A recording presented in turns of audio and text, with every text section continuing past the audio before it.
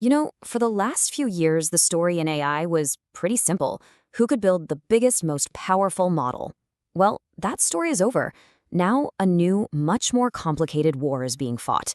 And it's not for the biggest brain, but for total control of the entire AI ecosystem, from top to bottom. So let me ask you, who do you think is really winning the AI race? You're probably thinking of a specific company, maybe a popular chatbot you've used. But what if I told you the real winners? They're playing a completely different game now. See, the race isn't about model size anymore. That whole battlefield has shifted. We are now deep in an era of vertical integration. This is a fight for control over the entire stack. I'm talking everything from the silicon chips in the data center all the way up to the interface on your screen. So in this explainer, we're going to break down the 4 key fronts of this new AI war. We'll look at the battle for the user interface, the absolutely insane arms race for infrastructure, the high-stakes geopolitical game, and finally the civil war that's brewing inside the industry itself. First up, the interface war. This is probably the most immediate battleground, the one you can see, where these AI giants are fighting to become the new gatekeepers of your digital life. And the key concept that's driving this whole conflict is something called agentic AI. Now, this is a huge leap forward. We're moving from an AI that just gives you information to an AI that actually takes action for you. So what does that actually look like in practice? Well, imagine an AI that can just look at all your open browser tabs, understand what you're trying to do, and summarize everything for you. Or better yet, an AI where you can just say, book me a flight to New York, and it goes and does the whole thing, fills out the forms, completes the purchase, all of it. This isn't science fiction anymore. This is where we are now. This brings us to a real head-to-head showdown. You've got OpenAI and Microsoft, both building these powerful agents directly into the browser, effectively turning it into a personal assistant. And their goal is exactly the same, to become the new middleman between you and the internet, to capture your attention and ultimately your money. But then there's Google. And they're playing a completely different game. While OpenAI and Microsoft are duking it out over your browser, Google is making a huge play for the enterprise space with Gemini Enterprise. Their strategy is kind of the opposite of locking you in. They're integrating with their competitors, like Microsoft 365 and Salesforce, because they want Gemini to be the invisible intelligence layer that powers all business software. It's a really bold move to try and become the AI operating system for the entire corporate world. Now, this whole interface war is only possible because of an even bigger battle that's happening behind the scenes, the infrastructure arms race. The real barrier to entry in AI isn't the software anymore. It's all about silicon and steel. The scale we're talking about here is just staggering. OpenAI announced a partnership with Broadcom to design its own custom AI chips and infrastructure. And the estimated cost?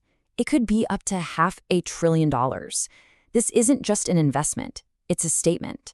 It says the price to even play at the frontier of AI is now astronomical. And it's not just about money, it's about power, literally. By 2029, OpenAI's infrastructure is projected to need 10 gigawatts of electricity. To put that into perspective, that's enough to power millions of homes. We are talking about building AI on the scale of a massive national infrastructure project. This massive demand is kicking off a kind of gold rush in the background. Look at a company like Crusoe Energy Systems. They build AI data centers. They just raised $1.4 billion, which more than tripled their valuation. And the crucial point here is that investors are realizing it might actually be safer to bet on the companies selling the picks and shovels, the data centers, and the power than on any one single AI model. And this gets to the heart of the core strategy. By designing their own chips, companies like OpenAI can optimize them perfectly for their specific models. This makes them more efficient, it makes them cheaper to run long-term, and, critically, it reduces their dependence on suppliers like NVIDIA. They are building a fortress of proprietary hardware. So, this brings us to our third front. Because when technology becomes this powerful and this expensive, it stops being just a commercial issue. It becomes a geopolitical one. Governments are now treating the fundamental components of AI like strategic national assets. The United States has adopted a very clear strategy here. You could call it a light touch at the surface, but an iron grip at the core. Through very targeted regulations, they're controlling 2 things: the export of the most advanced AI chips and the export of model weights, which is basically the secret sauce that makes these AI systems work. The goal is simple: to secure a long-term military and economic advantage. And the U.S. strategy is forcing other nations to react. The European Union, for example, is now pushing for its own technological independence to avoid relying on either the US or China. At the very same time, individual US states are creating this wild patchwork of laws to address specific harms, like a law in Oregon that prevents an AI from using a medical title. All of this creates a massively complex regulatory landscape, both globally and locally.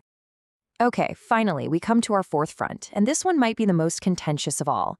It's the civil war that's broken out inside the AI industry. This is a fundamental conflict between those who want to move as fast as humanly possible and those who are pleading for caution. On one side, you've got prominent Silicon Valley figures like David Sachs. He has publicly accused AI safety groups of using fear tactics as part of a strategy to create regulations that only the big companies can afford to comply with, which would effectively stifle competition from smaller startups.